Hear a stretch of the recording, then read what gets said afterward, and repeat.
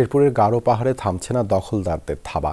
নির্বিচারে বনভূমি উজাড় করে গড়ে তোলা হচ্ছে বসতবাড়ি ও ফসলের ক্ষেত। এতে নিজেদের আবাসস্থল হারাচ্ছে বন্য হাতি। সেই সাথে বনের ভিতরে স্থাপনা নির্মাণের কারণে বাধাগ্রস্ত হচ্ছে হাতিদের চলাচল। পরিবেশবিদরা বলছেন, আবাসস্থল এবং খাদ্য সংকটের কারণেই লোকালয়ে হানা দেয় বিশালদেহী প্রাণীগুলো। দ্রুত অবৈধ স্থাপনা উচ্ছেদের মাধ্যমে হাতি মানুষের দ্বন্দ্ব নিরসনের দাবি সীমান্তবর্তী এলাকার বাসিন্দাদের।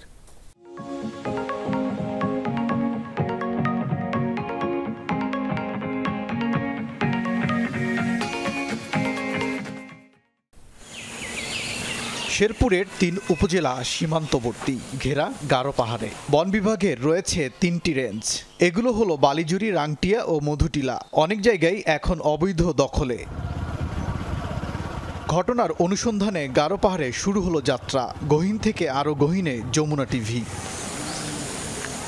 চোখে পড়ল বন উজাড়ের চিত্র। গড়ে উঠেছে বিভিন্ন স্থাপনা।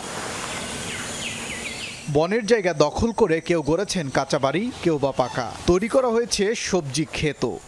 জায়গায় জমি নাই, ঠিক পড়ে যাবো। ওনারা আসলে উচ্ছেদ করে দিতেছে আমাদের এখান থেকে। তারপরে আমরা আসলে নিরুপায়, এখন আসলে কোথায় যাব।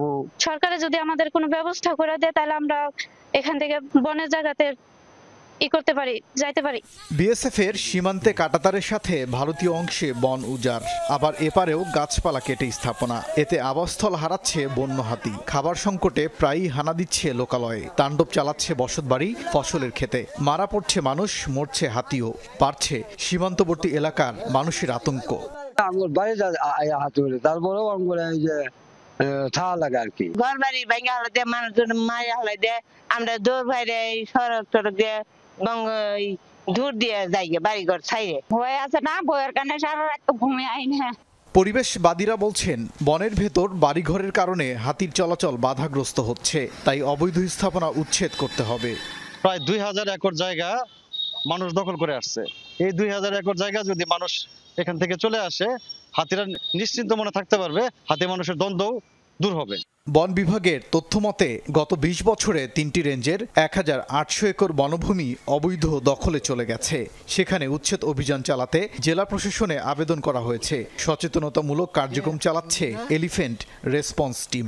হাতির কোনো ক্ষতি না হয় এবং মানুষের যেন ক্ষতি না হয়, আমরা সেই রকম ভাবে পদক্ষেপ নিয়ে সার্বক্ষণিক চলাফেরা করি। বনের জায়গা খুব সংকুচিত জায়গা, ছোট লম্বি জায়গা যদি হাতি অভয়ারণ্য হয়, আমার মনে হয় যে খুবই ভালো হবে।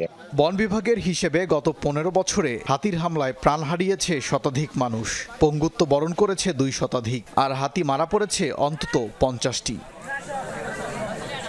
ওবায়দুর রহমান, যমুনা নিউজ।